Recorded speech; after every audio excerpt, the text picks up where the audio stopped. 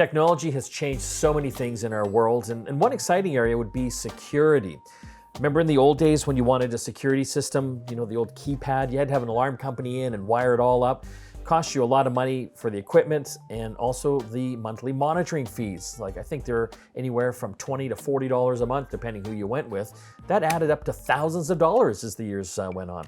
Well, thankfully, with security products now and technology, you can do a lot of that yourself. And places like the Home Depot, they've got all sorts of different brands and options for you. Today, I thought we'd look at a few different kind of alarm ecosystems and some of the basic things to look for. So we've got the Ring, we've got Eufy by Anker, and we've also got Cave by Veho. So starting off, some of the basics to look for. How much expansion can you have? Like, do they have cameras? Do they have the motion sensors? Is there a siren that you can add to this as well?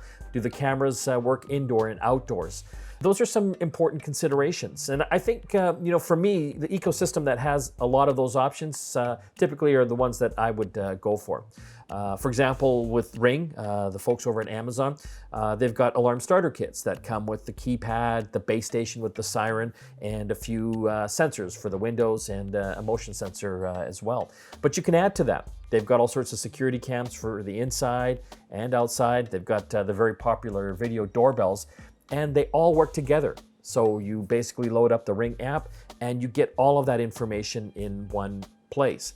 And the nice thing with this particular system, and many of the ones we'll have a look at today, is that you don't have to pay a monthly monitoring fee. You can if you want to for additional service, but this one, for example, and also the ones from Eufy and Cave, you can basically monitor yourself. So if it detects anything, any motion, whether that's through the camera or the sensors, it will alert you on your smartphone. And from there, you can make that call, if you want to phone the police, emergency services, or the fire department.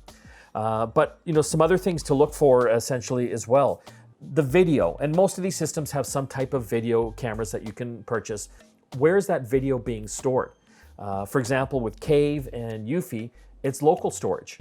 So it's being saved onto local memory, which is kind of nice. You don't have to pay for that. With Eufy, you can purchase additional cloud storage if you run out. With Ring, there's no local storage. You will have to pay for cloud storage if you want to watch that afterwards. And that starts at a basic $5 a month for a couple cameras. And if you want a wider range, that's going to be about $15 a month.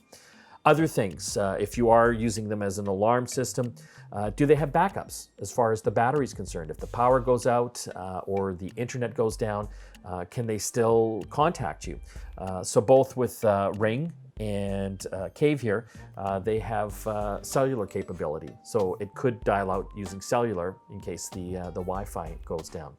So one last thing I look for in security systems is the ecosystem. What do they work with? Well, with Ring, they're owned by Amazon, so as you can imagine, they're all in on Alexa. With Eufy from Anker, it'll work with all of them: Alexa, Google Assistant, and Apple HomeKit, which is kind of a nice feature. And some of them just work with their own app, like Cave. Just very simple. So when you are looking for a security system, ask the basic questions. How large or small is the area that you're looking to protect in your home or your business? How big of an ecosystem for the different components do you want? Do you want the security cams, the sirens, the motion detectors? And then on top of that, how well will it work with your existing smart home?